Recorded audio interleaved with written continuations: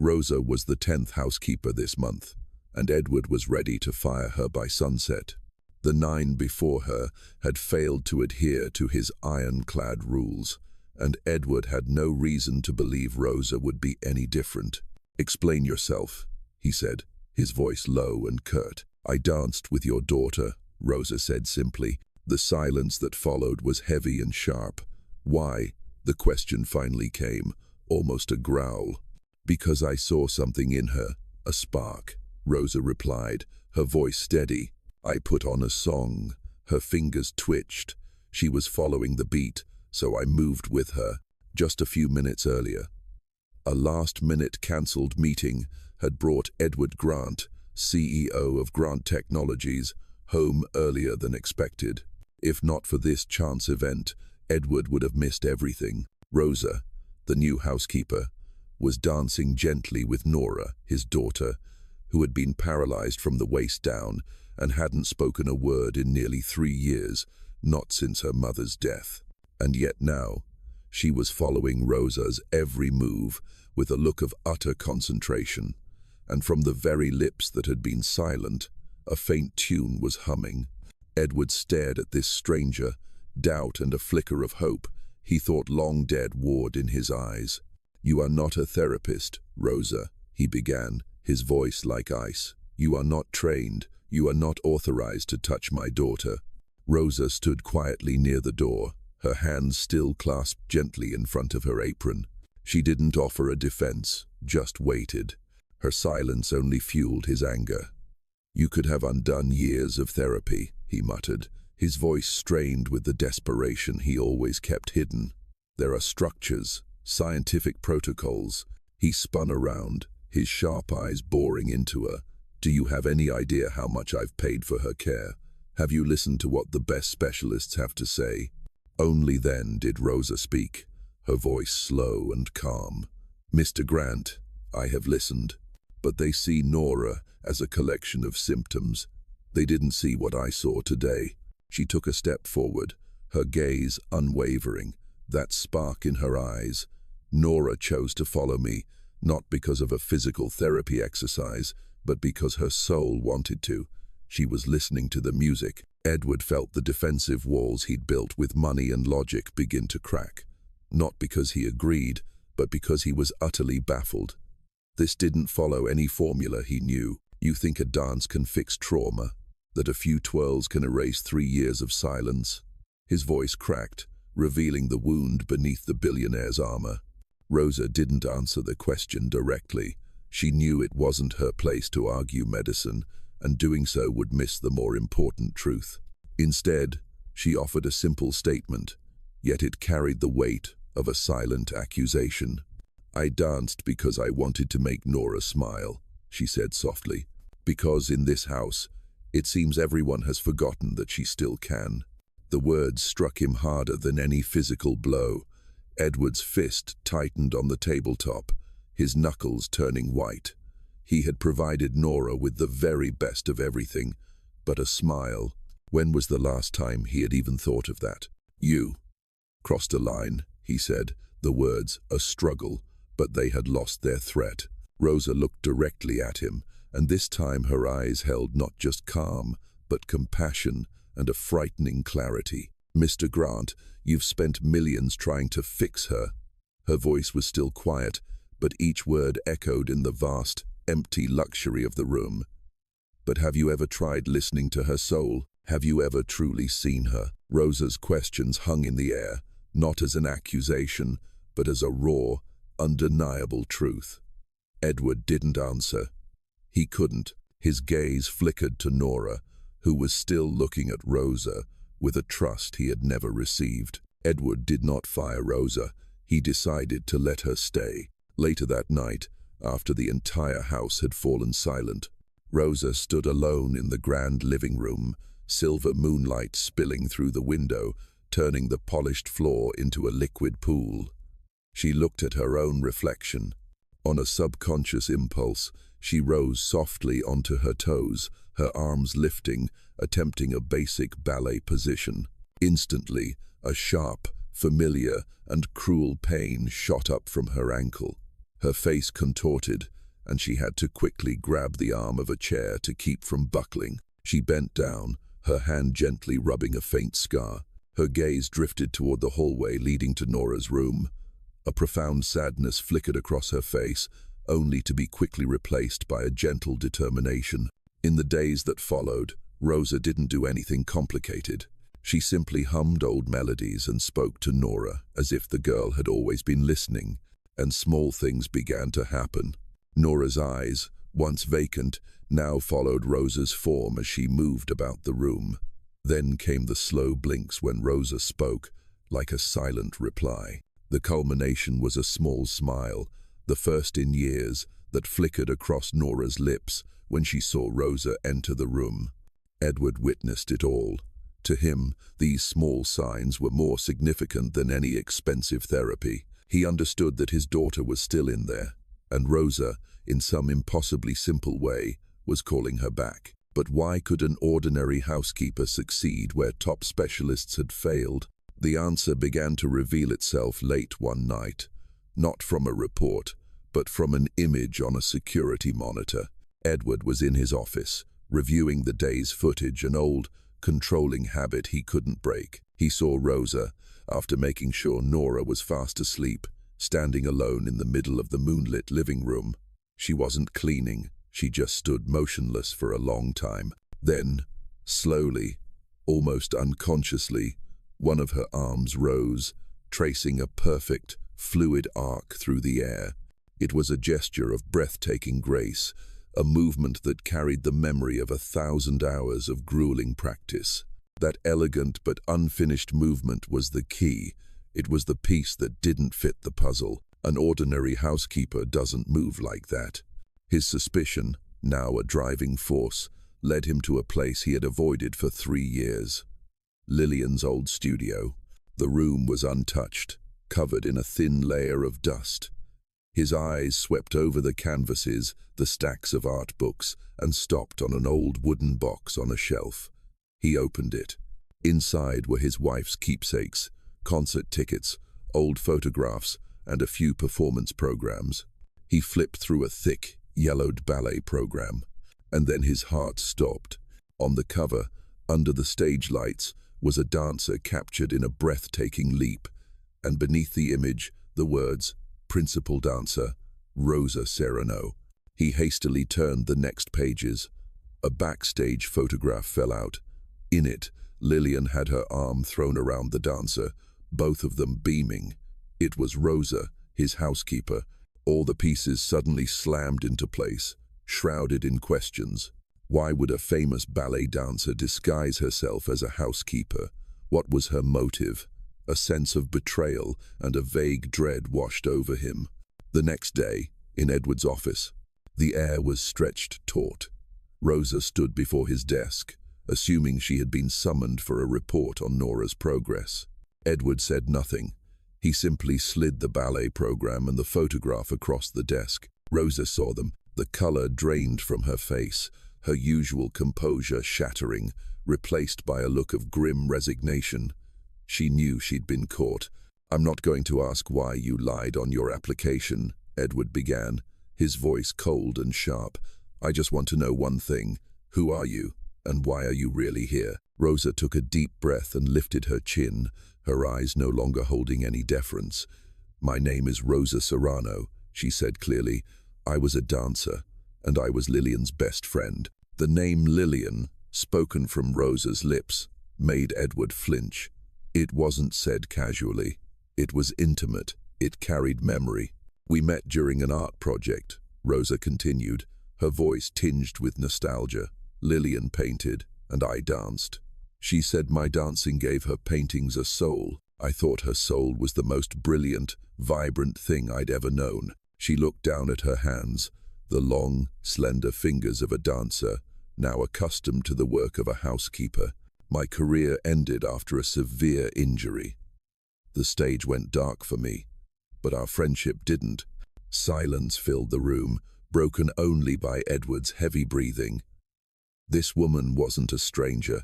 She was a part of his wife's past, a part he never knew existed. So, Edward tried to connect the dots. his voice still cold but now laced with an undeniable confusion. "After all that, you came here for money?" "No," Rosa cut in, her voice sharper now. "I didn't come for money, and I didn't come to deceive you," she said, her voice beginning to tremble with suppressed emotion. "I came here to keep a promise." "A promise," Edward repeated, his tone dripping with skepticism. "You expect me to believe a story like that? A famous dancer gives up everything to become a housekeeper because of a promise." "I didn't give up everything," Rosa said, her gaze drifting to the window, as if looking out at a stage that had long gone dark. "It took me a long time to get back on my feet. When I heard about Lillian and about Nora, I knew what I had to do. I deliberately sought a way to get close to you and Nora. I knew with a dancer's resume, you'd never hire me. So, I became a housekeeper, invisible. It was the only way I could get in here, to be near her." The raw truth of her confession left Edward speechless. His logic was screaming that this was absurd, but his heart felt a faint stirring. "What was the promise, Rosa?" he asked, his voice softer now, stripped of its accusation, left with only bewilderment. Rosa turned back to him, her voice crystal clear, as if she were reciting a sacred last wish. "Lillian always believed in the healing power of art. She believed the body could express what words could not. She knew dancing was my soul, and she wanted it to be a part of Nora's." Her eyes grew distant, the memory washed over her, as vivid as if it were yesterday. The studio, late afternoon. Rosa, drenched in sweat, was sitting on the floor, stretching her exhausted legs. Beside her, Lillian, in simple practice clothes, was fiddling with a long sea-blue silk ribbon, a strange, pensive look in her eyes. "You're a hurricane on the dance floor, Rosa," Lillian said, breaking the silence, but her smile wasn't as bright as usual. "And you're a daydreamer with that ribbon," Rosa teased back, wincing at a slight pain in her ankle. "What's on your mind today? You look a million miles away." Lillian sighed, her gaze fixed on the ribbon in her hands, not on Rosa. "I just came back from a checkup," she said softly. "The doctor said it's nothing serious, just that I need to be more careful. It got me thinking, just wondering." She turned, her expression suddenly serious. "Rosa, can I ask you for something really important?" Rosa stopped stretching, sensing the shift in her friend's tone. "Of course. What is it?" "When I have a bad feeling," she said. "Rosa, if anything ever happens to me, find Nora. Don't let her grow up in silence. Use this ribbon, teach her to dance. Teach her how to let the sadness out." Rosa was stunned. "Lillian, what are you talking about? Nothing's going to happen." "Promise me," Lillian insisted, gripping Rosa's hand, her own trembling slightly. "Promise me you won't leave her alone." Looking into her friend's tear-filled eyes, Rosa gave a slow nod. "I promise." Rosa's promise echoed in the office, a legacy of love and art that Edward had deliberately buried along with his grief. He stumbled back, his mind reeling, trying to force this unbelievable truth into some kind of logical order. "Healing?" Edward finally spoke, his voice dripping with the sarcasm of a man beaten down by harsh reality. "You think a dance can mend a damaged spine or erase the memory of a death?" He pointed a finger at the stacks of medical reports on his desk. "This is reality, Rosa. Numbers, analysis, not fairy tales." It was his last line of defense, cold, hard logic. But Rosa didn't back down. She stepped closer, and for the first time, Edward saw not sympathy in her eyes, but a powerful challenge. "Lillian knew you'd say that," she replied, her voice calm but sharp. "She once told me you were a man of logic and numbers, a man who builds the future but forgets how to live in the present." Every word was a dagger to his memory. Edward froze. Rosa looked him straight in the eye, her own reflecting the image of a powerful but lonely man. She was afraid, she stressed, that if one day she wasn't here, you would use those numbers and protocols to build a wall around yourself and Nora, that you would forget that life also has music and dance, That grief can't be analyzed. It has to be felt and then released. Edward's wall of ice began to crack under the weight of the truth. You gave Nora the best doctors, the most expensive therapies, Rosa continued, her voice now carrying the weight of a last will. But you tried to fix her like a broken machine, forgetting that there was a soul inside, crying for help. I'm not here to fix her body, Mr. Grant. I'm here to remind you, and to save the one thing Lillian entrusted to me, the one thing your money could never touch, Nora's soul. Every one of Rosa's words pulled him back into their memories from years ago. Lillian, in a floral dress, beaming, trying to pull his hand away from his laptop, the jazz music she loved, playing softly in the background. Just one dance, Edward, the work can wait. Her hand was soft, warm, but he had brushed it away, his eyes never leaving the screen full of numbers. I'm busy. His voice had been so distant then, as if he were speaking to a stranger, not his wife. How many times had he said that? I'm busy. Later. I need to finish this. The numb silence that had paralyzed his soul for 3 years was now shattered by a storm of regret and pain. He hadn't just lost Lillian. He had lost her music, her dance, her laughter, and the vibrant life she had tried to bring into his world of order. And now, he had almost let the music inside his own daughter die completely. A few days later, in the living room, under the warm afternoon sun, Rosa was sitting beside Nora's wheelchair, softly humming a familiar tune. Edward stood at the threshold, not daring to enter, afraid his presence would break the peaceful moment. Rosa stopped humming and looked at Nora fondly. This melody is beautiful, isn't it? She smiled. Nora, would you like to try our dance again? The space seemed to freeze, leaving only the ticking of the grandfather clock. Edward saw Nora's lips, silent for 3 long years, begin to tremble. A sound struggled to escape, hesitant, faint, and then it came, barely a whisper, but it echoed through the room like a thunderclap. Rosa. Tears immediately streamed down Rosa's cheeks. They were tears of relief, of joy, of a promise fulfilled. She threw her arms around Nora, sobbing with happiness. Edward stood motionless at the threshold, his hands clenched into tight fists.